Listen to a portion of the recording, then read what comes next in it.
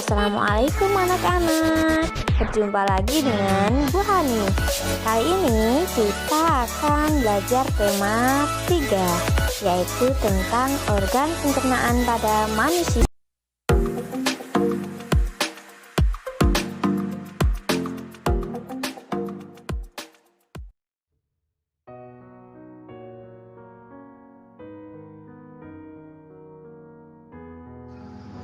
Kali ini kita akan belajar tentang organ pencernaan pada manusia.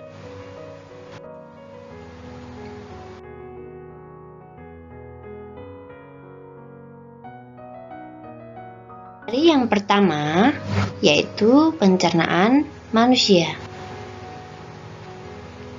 Pencernaan manusia adalah proses mengolah atau memecahkan makanan dari yang semula kasar menjadi halus, sehingga sari-sari makanan mudah dicerna oleh tubuh. Pencernaan manusia dibagi menjadi 2. Yang pertama yaitu pencernaan mekanik. Pencernaan mekanik dilakukan di dalam rongga mulut dan lambung. Yang kedua yaitu pencernaan kimiawi. Pencernaan kimiawi adalah pencernaan dengan bantuan enzim, terjadi di rongga mulut, lambung, dan usus.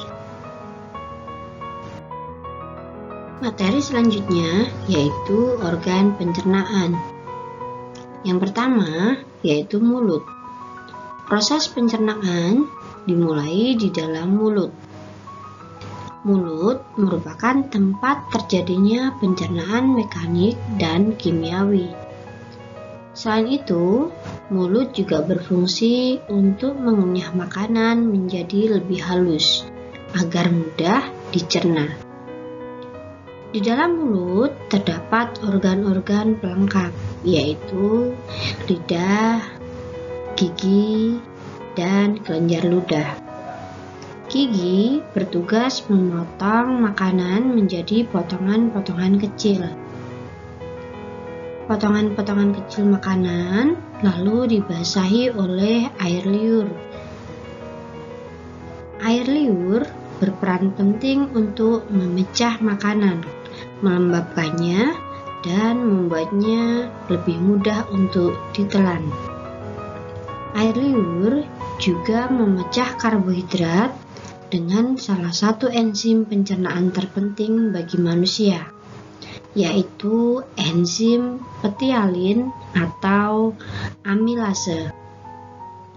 Gerakan lidah dan mulut mendorong makanan masuk ke dalam kerongkongan. Yang kedua yaitu kerongkongan atau biasa disebut dengan esofagus. Esofagus adalah saluran yang menghubungkan mulut dengan lambung.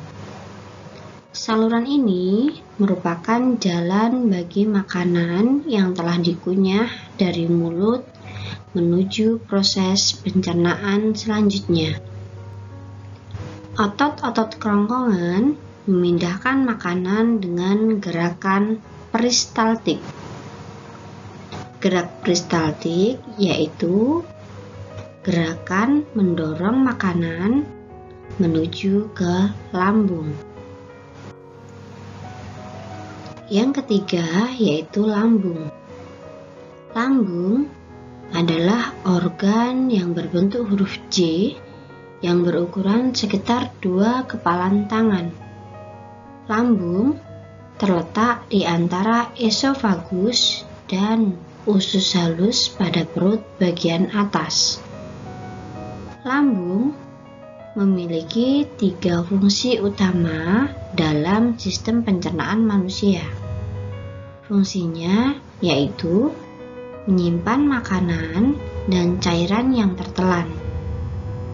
kemudian mencampur makanan dan cairan pencernaan yang diproduksinya, serta perlahan-lahan mengosongkan isinya ke dalam usus kecil. Yang keempat yaitu usus halus. Usus halus adalah saluran kecil selebar 2,5 cm dengan panjang sekitar 10 meter. Proses dalam yang terjadi pada usus halus ada 3, yaitu yang pertama, proses penguraian makanan menjadi bentuk yang lebih kecil. Yang kedua, pankreas mengeluarkan enzim ke dalam usus kecil yang membantu memecah karbohidrat, lemak, dan protein. Hati menghasilkan empedu. Empedu membuat melarutkan lemak sehingga dapat diserap oleh tubuh. Yang ketiga, usus halus menyerap nutrisi dari proses pencernaan. Usus halus terdiri dari 3 bagian, yaitu duodenum atau disebut dengan usus 12 jari, jejunum yang disebut dengan usus kosong, dan ileum disebut dengan usus penyerapan.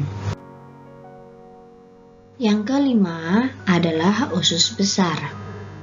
Usus besar membentuk huruf U terbalik di sekitar usus halus yang berlipat-lipat.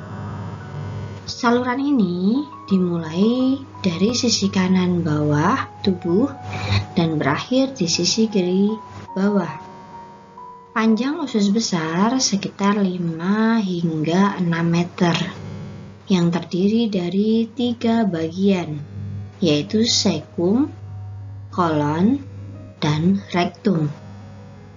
Fungsi utama dari usus besar yaitu membuang air dan mineral elektrolit dari ampas makanan yang tidak tercerna, lalu membentuk limbah padat yang dapat dikeluarkan. Yang terakhir yaitu anus. Anus merupakan bagian paling akhir dari saluran pencernaan yang berbatasan langsung dengan lingkungan luar. Jadi, sisa isi usus besar yang telah menjadi feses kemudian disalurkan ke arah rektum. Saat rektum sudah mulai penuh, otot-otot di sekelilingnya akan terangsang untuk mengeluarkan feses melalui anus. Selanjutnya yaitu proses pencernaan pada manusia. Yang pertama, makanan masuk ke dalam mulut. Di dalam mulut, makanan dikunyah oleh gigi dengan bantuan lidah dan air liur. Setelah makanan menjadi lebih halus, kemudian ditelan masuk ke dalam kerongkongan. Di kerongkongan, kemudian didorong masuk ke dalam lambung. Di lambung, makanan dicerna secara mekanis dibantu oleh dinding lambung dan secara kimia dibantu oleh enzim pepsin, renin, dan HCl. Kemudian, makanan bergerak ke dalam usus halus. Di dalam usus halus, sari-sari makanan diserap. Sisa-sisa pencernaan kemudian akan masuk ke dalam usus besar. Sisa pencernaan yang sudah tidak diperlukan oleh tubuh akan dikeluarkan melalui anus.